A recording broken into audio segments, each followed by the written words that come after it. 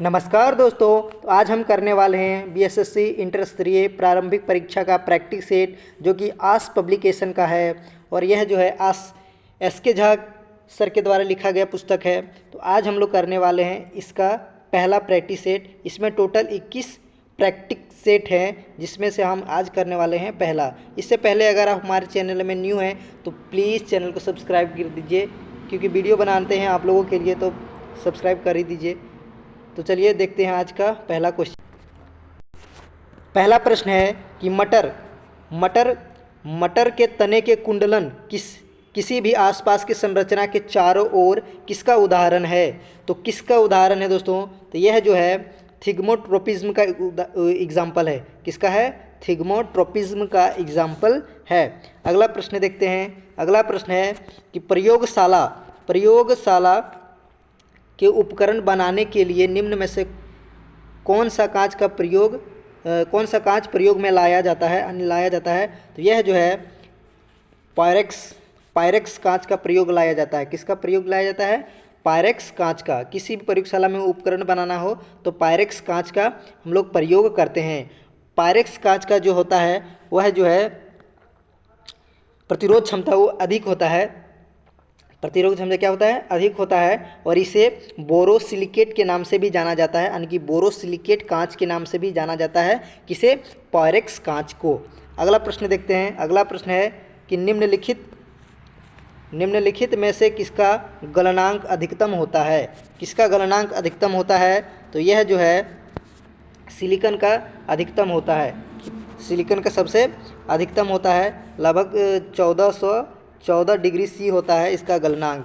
उससे कम अगर बात की जाए, उससे कम गलनांक जो है, यानी कि पहले पर तो सबसे अधिक गलनांक जो है वह सिलिकॉन का हो जाएगा, और दूसरे नंबर पर जो है वो तांबा का हो जाएगा, और तीसरे नंबर पर सोना का हो जाएगा, और चौथे नंबर पर चांदी का हो जाएगा। देखते हैं अगला प्रश्न। अगला प्रश्न है एक सिलेंडर के गुरुत्वाकर्षण केंद्र की स्थिति होती है, यानी कहाँ पर इसकी स्थिति होती है? तो इसकी स्थिति जो होती है वह सिलेंडर की धुरी के मध्य बिंदु पर इसकी गुरुत्वाकर्षण केंद्र होती है। अगला प्रश्न देखते हैं। अगला प्रश्न है कि ऊर्जा के विकल्प के रूप में किस स्वरूप को स्वीकारा जाता है? यानी कि किसे जो है वैकल्पिक ऊर्जा के नाम से जाना जाता है? तो इसका आंसर हो जाएगा हाइड्रोजन। क्या हो जाएगा? हाइड्रोजन। हाइड्रोजन को वैकल्पिक ऊर्जा का स्रोत माना जाता है। हाइड्रोजन को ही इको फ्रेंडली गैस भी कहते हैं। क्या कहते हैं? इको फ्रेंडली गैस भी कहते हैं हाइड्रोजन को। और हाइड्रोजन का जो होता है ऊष्मा क्षमता सबसे अधिक होता है। सबसे ऊष्मीय मान जो है सबसे अधिक जो होता है वो हाइड्रोजन का होता है। इसे हाइड्रोजन को भविष्य का ईंधन भी कहा जाता है। हाइड्रोजन को भविष्य का ईंधन भी कहा जाता है।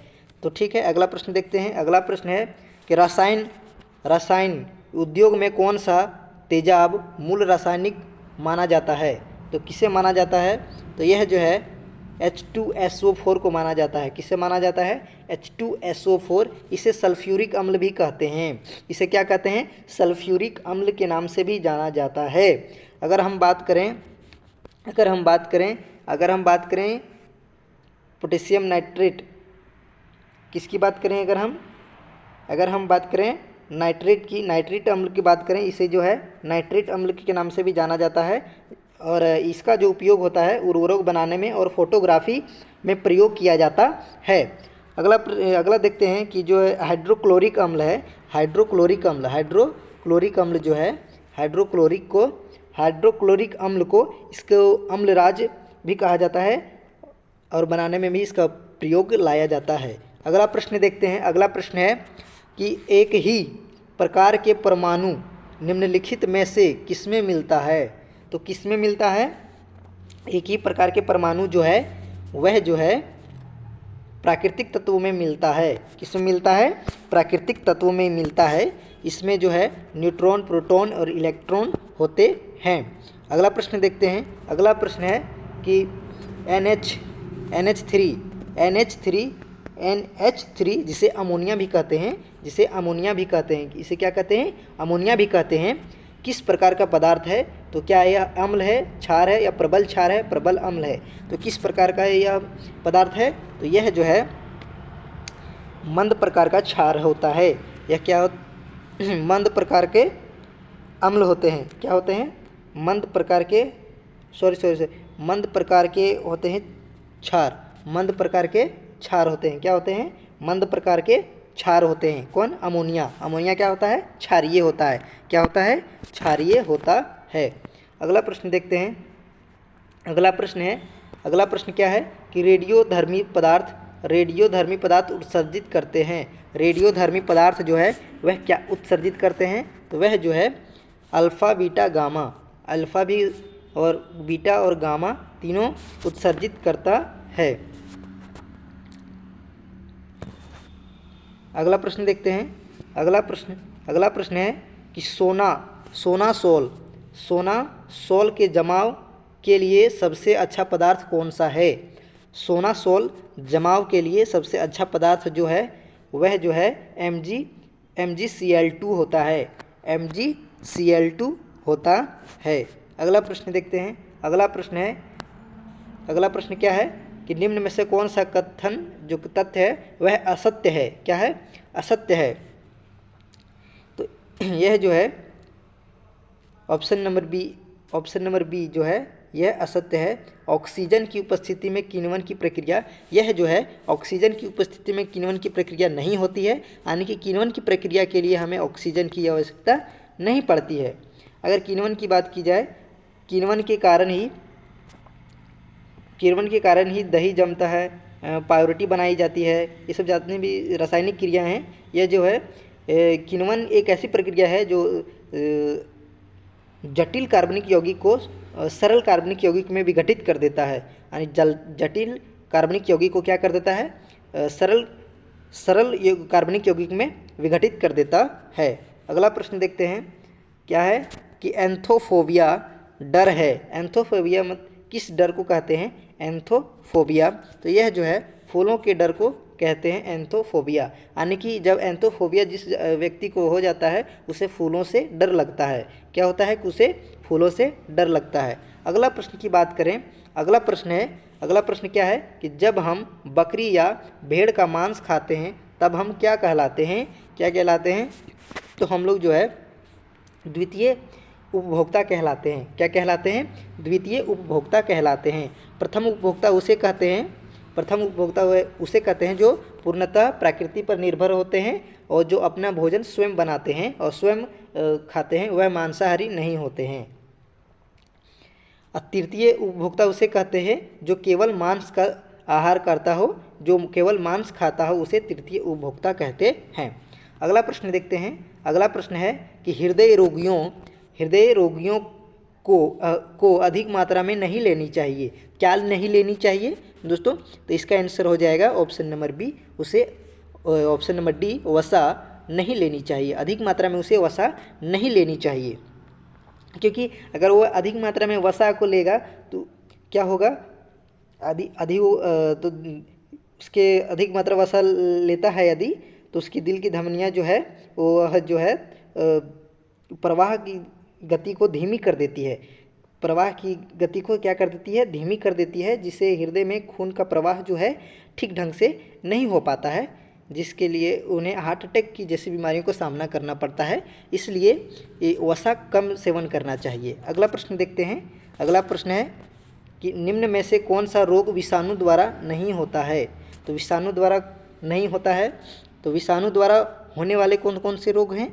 तो होने वाले जो रोग हैं वह जो है एड्स जो है विषाणु से होता है, खसरा, इन्फ्लुएंजा, यह सब जो है विषाणु से होता है, जबकि डिप्थीरिया जो है वो प्रोटोजोआ से होता है। डिप्थीरिया किससे होता है? प्रोटोजोआ से होने वाली बीमारी है। अगला प्रश्न देखते हैं। अगला प्रश्न क्या है कि मनुष्य में एफ्लाटॉक्सिन खाद्य विषाक्तन द्वारा सामान्यतः कौन सा अंग प्रभावित होता है? तो कौन सा अंग प्रभावित होता है? इसमें जो है यकृत प्रभावित होता है। यकृत को हम लोग किस नाम से वह जानते हैं? जिसे हम लोग जिगरा भी कहते हैं। क्या कहते हैं हम लोग? जिगरा भी कहते हैं। ठीक है, अगर अगला प्रश्न की बात करें, अगला प्रश्न जो है, अगला प्रश्न क्या है कि निम्न में से किसके द्वारा रक्त का थक्का बनने में सहायक थ्रोम्बिन मुक्त किया जाता है। तो इसका आंसर जो है वह हो जाएगा ऑप्शन नंबर डी, रक्त प्लेटलेट्स। क्या हो जाएगा? रक्त प्लेटलेट्स। क्या हो जाएगा?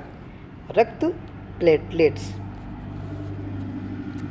अगले प्रश्न की बात करें, अगले प्रश्न की बात करें तो अगला प्रश्न है कि प्राकृतिक रेशम की कितनी मुख्य किस्में हैं? प्राकृतिक रेशम की कितने मुख्य किस्म हैं? तो ये इनका जो है आंसर हो जाएगा वह जो है मुख्यतः 4 किस्म होती है। कौन कौन किस्म होता है उनको भी देख लीजिए थोड़ा। एक होता है शहतूत रेशम, दूसरा होता है तस्सर रेशम, और तीसरा होता है मुगा रेशम, और चौथा होता है एरी रेशम। बता दें दोस्तों कि रेशम के उत्पादन में चीन जो है प्रथम स्थान पर है। सबसे अधिक जो विश्व में सबसे अधिक रेशम का उत्पादन जो है वह चीन के द्वारा किया जाता है। भारत जो है इसमें दूसरे स्थान पर है। भारत जो है रेशम की उत्पत्ति में दूसरे स्थान पर है।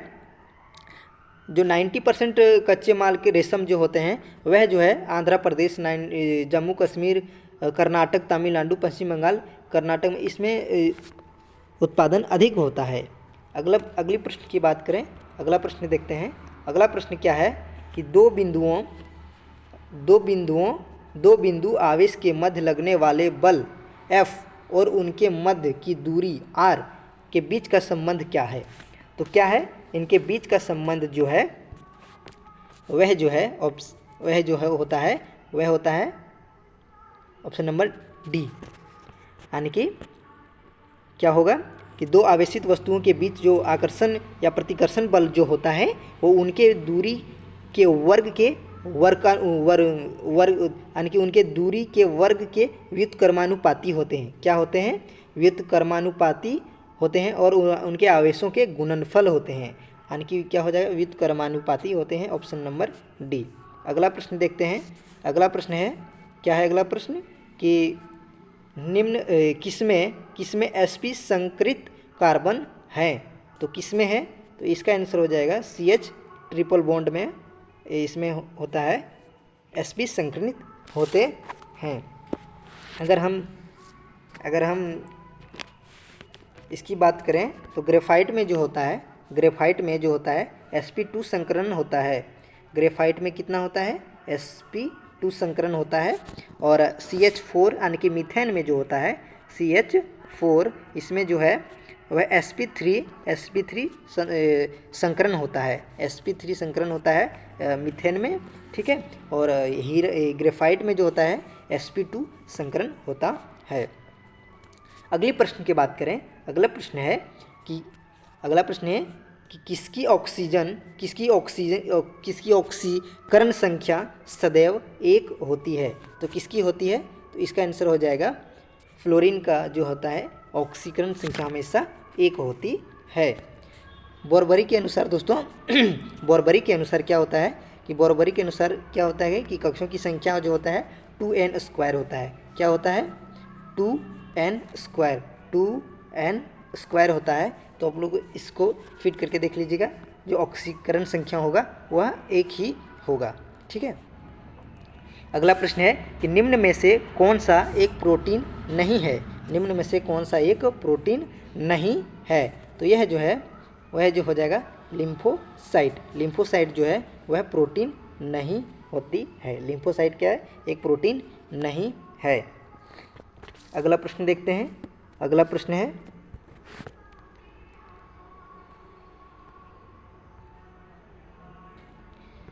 कि निम्नलिखित में से कौन एस्टेरॉयड का स्राव करता है? तो एस्टेरॉयड का स्राव जो है वह जो है पित्ताशय करता है। एस्टेरॉयड का स्राव जो है वो कौन करता है? पित्ताशय करता है। पित्ताशय के अंदर जो है वर्णक पाया जाता है, पीतरस वर्णक पाया जाता है जो पित्ताशय में संग्रहित होता है। अगला प्रश्न देखते हैं। अगला प्रश्न क्या है कि अगला प्रश्न है कि श्वसन तंत्र डैश खाली श्वसन तंत्र का उपयोग कर पादप कोशिकाओं में ऊर्जा का उत्पादन करता है। तो किसका प्रयोग करके ऊर्जा उत्पादन करता है? तो वह जो है हरित लवक यानी क्लोरोप्लास्ट का प्रयोग करके ऑक्सीजन ऊर्जा का उत्पादन करते हैं पादप। अगला प्रश्न देखते हैं कि विषाणुओं में होता है, विषाणु में क्या होता है? विषाणुओं में या फिर डीएनए होगा या फिर आरएनए होगा, या फिर डीएनए होगा या फिर आरएनए होगा। ऐसा हम नहीं कह सकते कि केवल डीएनए होता है या फिर केवल आरएनए होता है। दोनों तो होता ही नहीं है, या फिर आरएनए होगा या फिर डीएनए होगा। अगला प्रश्न देखते हैं कि अगला प्रश्न है कि सड़क पर चल रहे एक कार के पहियों के बारे में कौन सा विकल्प सही है? तो कौन सा विकल्प सही है? तो देखते हैं कि इसके बारे में कि बोला है कि किसका घर्षण अधिक होता है और किसका कम होता है। तो हम लोग देखते हैं सर्वाधिक जो है स्थैतिक घर्षण होता है। सर्वाधिक क्या होता है? स्थैतिक घर्षण होता है। उससे कम क्या होता है? काइनेटिक घर्षण होता है। और उससे कम जो होता है वो लॉटनिक घर्षण होता है। इसे काइनेटिक को गतिज घर्षण भी कहते हैं। तो इसका सही क्रम हो जाएगा ऑप्शन नंबर बी। ठीक है, अगला प्रश्न देखते हैं। अगला प्रश्न क्या है कि ध्वनि की चाल भी और माध्यम का घनत्व के बीच क्या संबंध है? तो क्या संबंध है दोस्तों? देखिए इसका जो है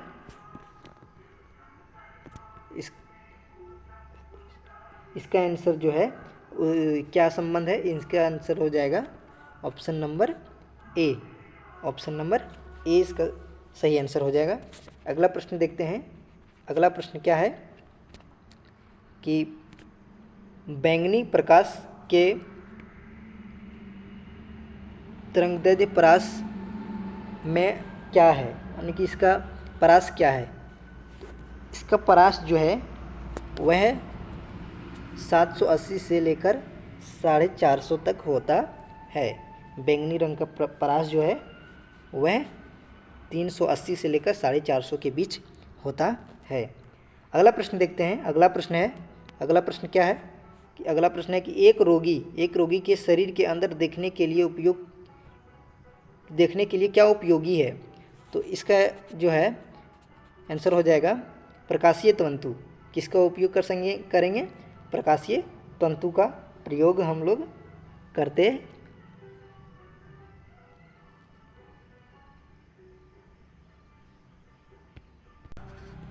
सॉरी दोस्तों, इसका आंसर जो होगा वो उत्तल लेंस होगा। क्या होगा? उत्तल लेंस होगा। देखते हैं अगला प्रश्न है कि जब प्रकाश दूसरे माध्यम में प्रवेश करता है तब क्या होता है? उसकी आवृत्ति में परिवर्तन होता है या फिर उसकी आवृत्ति में परिवर्तन नहीं होती है, उसकी चाल बदल जाती है या फिर उसकी तरंगदैर्घ्य नहीं बदलती है। तो इसका आंसर हो जाएगा क्या दोस्तों कि उसकी आवृत्ति जो है वह कभी नहीं बदलती है। क्या नहीं बदलती है? आवृत्ति कभी नहीं बदलती है। तो यह जो है क्वेश्चन है वो साइंस का 30 क्वेश्चंस था, हमने इसको कवर कर लिया है। अगली वीडियो के माध्यम से हम लोग जीके करेंगे, उसके बाद है मैथ्स भी करेंगे और रीजनिंग भी इसका सेशन चलाया जाएगा।